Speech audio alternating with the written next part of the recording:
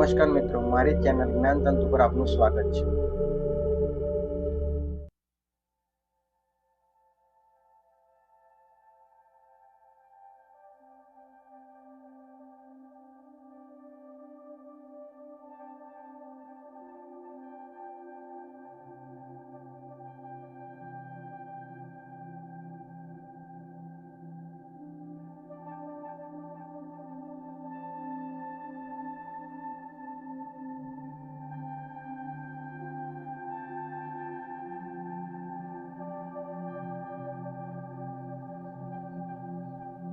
વફાદારીનો બદલો।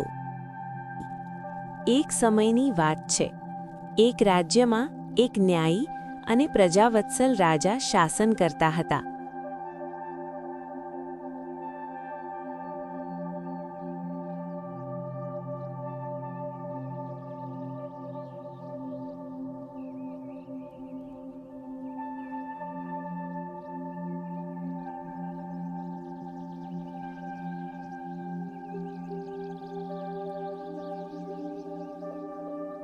રાજા પોતાની પ્રજાની વાસ્તવિક સ્થિતિ જાણવા અને તેના અધિકારીઓ કેવી રીતે કામ કરે છે તે જાણવા માટે ઘણીવાર રાત્રે છુપા વેશે નગરમાં ફરવા નીકળતા।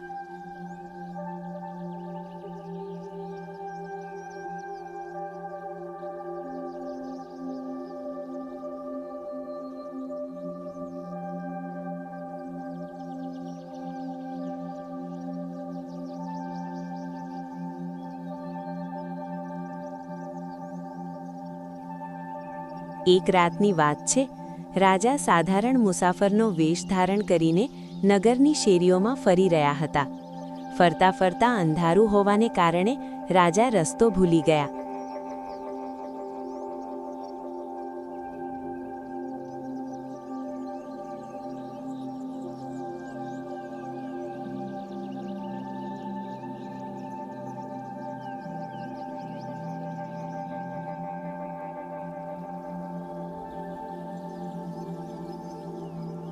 ત્યારે તેણે જોયું કે એક સિપાહી રાતનો પહેરો ભરી રહ્યો હતો। રાજાએ તેની પાસે જઈને વિવેકથી માર્ગ પૂછ્યો।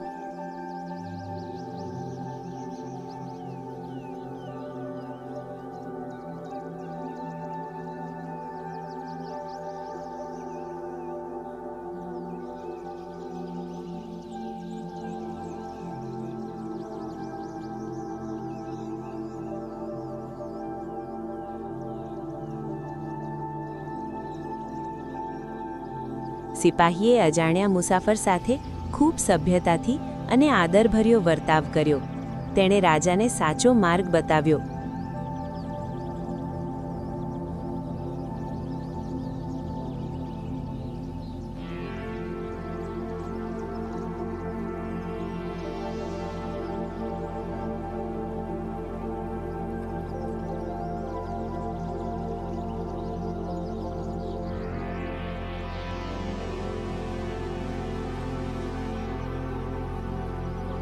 રાજાને તે સિપાહીની પરીક્ષા લેવાનું મન થયું।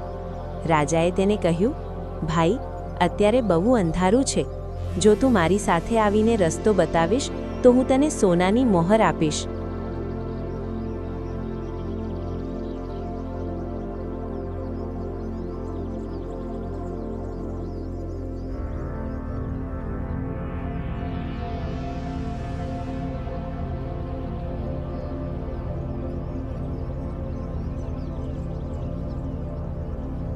આ સાંભળીને સિપાહી ખૂબ ગુસ્સે થયો।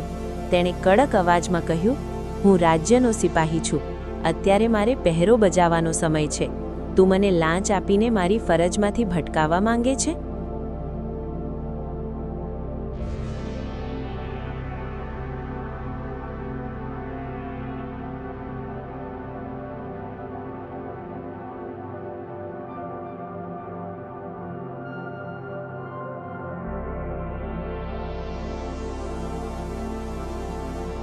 ગુસ્સામાં આવીને તેણે મુસાફરના વેશમાં રહેલા રાજાને એક થપ્પડ મારી દીધી અને ચેતવણી આપતા કહ્યું કે ફરી ક્યારેય કોઈ પ્રામાણિક માણસને ખરીદવાનો પ્રયત્ન ન કરતો।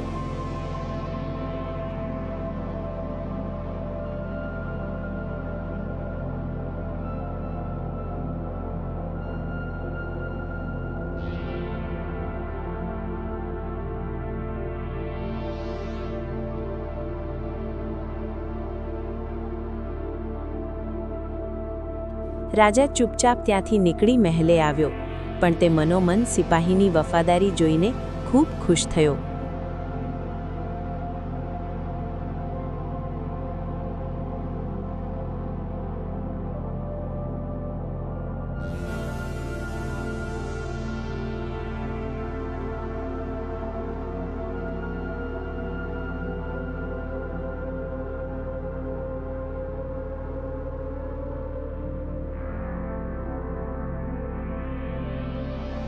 બીજા દિવસે સવારે દરબાર ભરાયો. રાજાએ પેલા સિપાહીને દરબારમાં તેડું મોકલ્યું. સિપાહી ડરતો ડરતો દરબારમાં આવ્યો.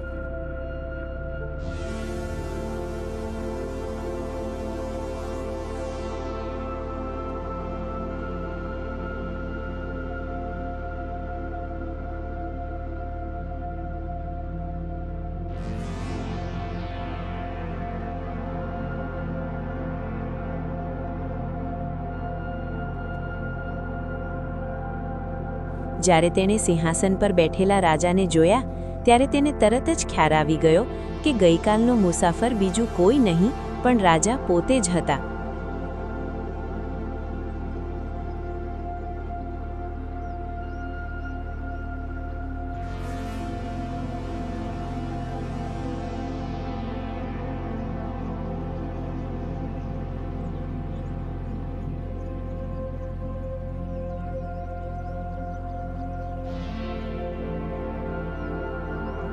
તેને લાગ્યું કે ગઈકાલની ઘટનાને કારણે હવે તેને સજા મળશે. તે ધ્રુજવા લાગ્યો અને માફી માંગવા તૈયાર થયો.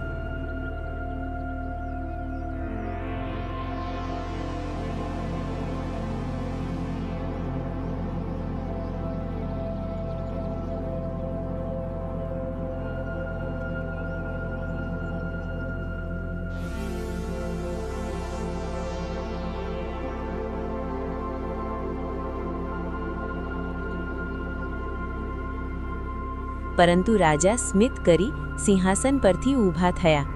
સિપાહીને સજા કરવાને બદલે બધાની આગળ બોલાવ્યો અને તેની પ્રશંસા કરી કહ્યું, તે કોઈ ગુનો કર્યો નથી.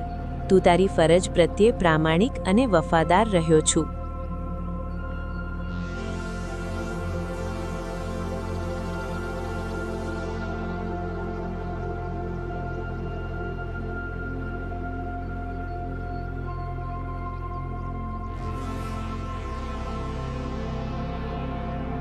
મને તારા જેવો વફાદાર અને નીડર સિપાહી હોવાનો ગર્વ છે.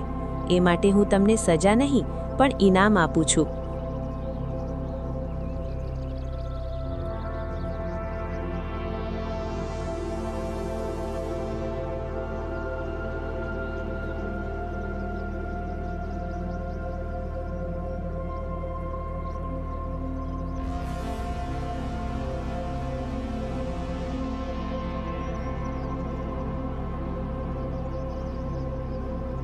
રાજાએ તેની વફાદારીનો બદલો આપતા ઇનામ આપ્યું અને ઊંચા હોદ્દા પર બઢતી આપી સન્માનિત કર્યો.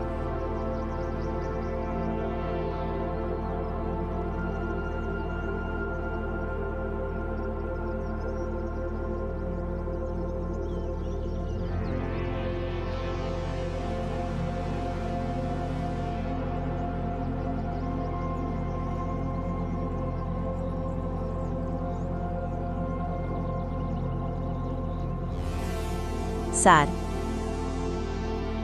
સચ્ચાઈ અને વફાદારી હંમેશા પુરસ્કાર પામે છે. સાચો કર્મયોગી ક્યારેય પોતાના ધર્મથી ભટકતો નથી. લાલચ સામે ઝૂકવું એ કાયરતા છે, જ્યારે ફરજ માટે અડગ રહેવું એ સાચી બહાદુરી છે.